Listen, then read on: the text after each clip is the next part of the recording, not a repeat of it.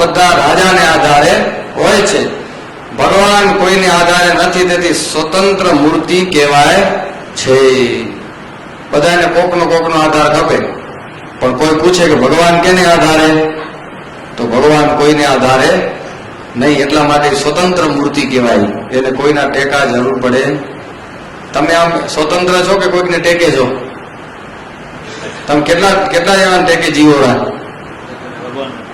ના, એ ભગવાનને આધારે તો હાવ નહીં હો, બીજું ઘણું બધું હશે. તો તમે નરસિંહ મહેતા હમણાં થઈ જાઓ.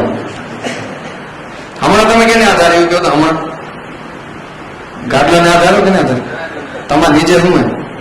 ગાડલું. તો એના આધારે છો તમે. એની નીચે શું હે? ધાબુ હે. ધાબુ કેને આધારે? ધરતીને આધારે. ધરતી કેને આધારે? પાણીને આધારે. પાણી કેને આધારે? વાયુને આધારે. વાયુ કેને આધારે? આકાશને આધારે. આકાશ કેને આધારે? અહંકારને આધારે. અહંકાર મહતત્વને આધારે. મહતત્વ પ્રધાનને આધારે. પ્રધાન પ્રકૃતિને આધારે. પ્રકૃતિ અક્ષરને આધારે. અક્ષર ભગવાનને આધારે. ભગવાન કોને આધારે?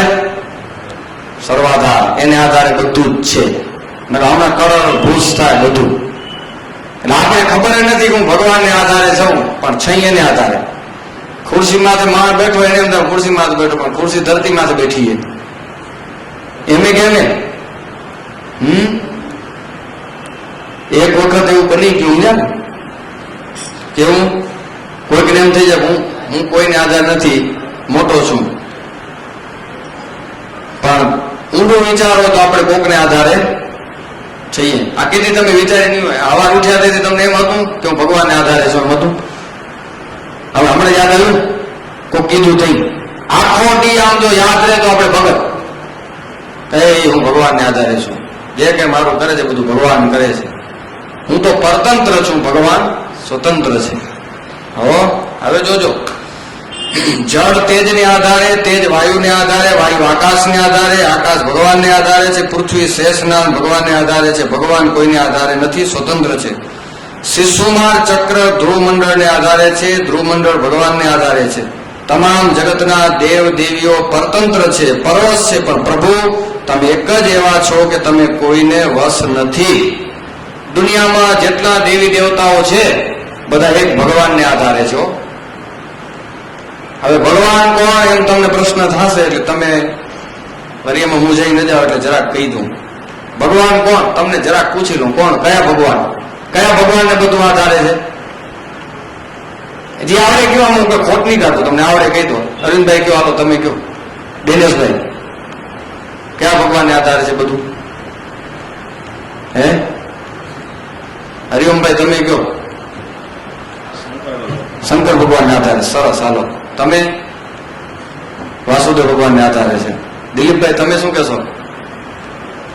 હે છૂટીએ, શરમાવાય નહીં.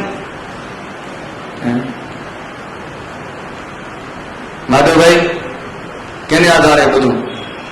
હું પૂછી લઉં ભગવાન કેટલા, એ જરાક પૂછી લઉં, પછી આગળ વધીએ આપણે. કેટલા? એક જ.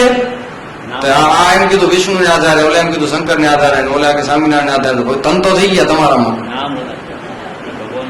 નામ અલગ. હા સમજો ને, આ બારે બાર નથી તો ડોળામાં જાય દૂધ.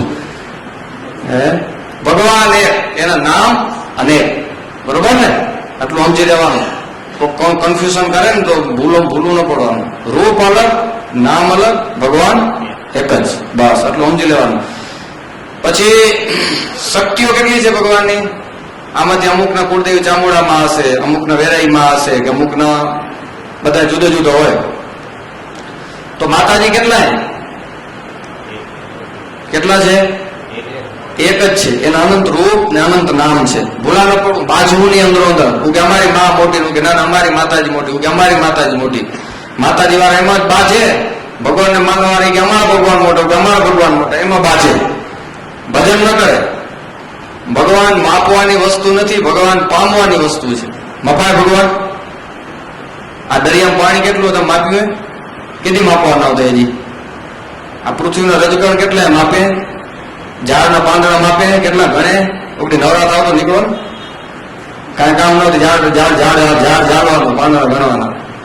શાસ્ત્રમાં એમ લખાણું કે કોઈક એવો નીકળે કે ધરતીના રજકણ ગણી લેશે કોકની, આકાશના તારા ગણશે, પૃથ્વી ઉપર રહેલા ઝાડવાના કોઈ પાંદડે ગણી કાઢશે, પણ ભગવાનના અવતાર કેટલા થયા, ચરિત્રો કેટલા છે ગણી અગવાના નહીં હગાય. તો એવા ભગવાનને આધારે આખી દુનિયા હાલે છે. પછી તમે એને સ્વામિનારાયણ કહો કે રામ કહો કે કૃષ્ણ કહો, પણ આખી ધરતી એને આધારે હાલે છે. છતાં આપણે શું સમજી રહ્યા, મારે આધારે બધું હાલે રહું. આ મોટું અજ્ઞાન ટાળવાનું છે આજે, સમજી ગયા ને. ઉનાળાના સમયમાં ખેતરમાંથી એક બાબા ભર ભરી નીકળ્યા, ભરમાં સમજો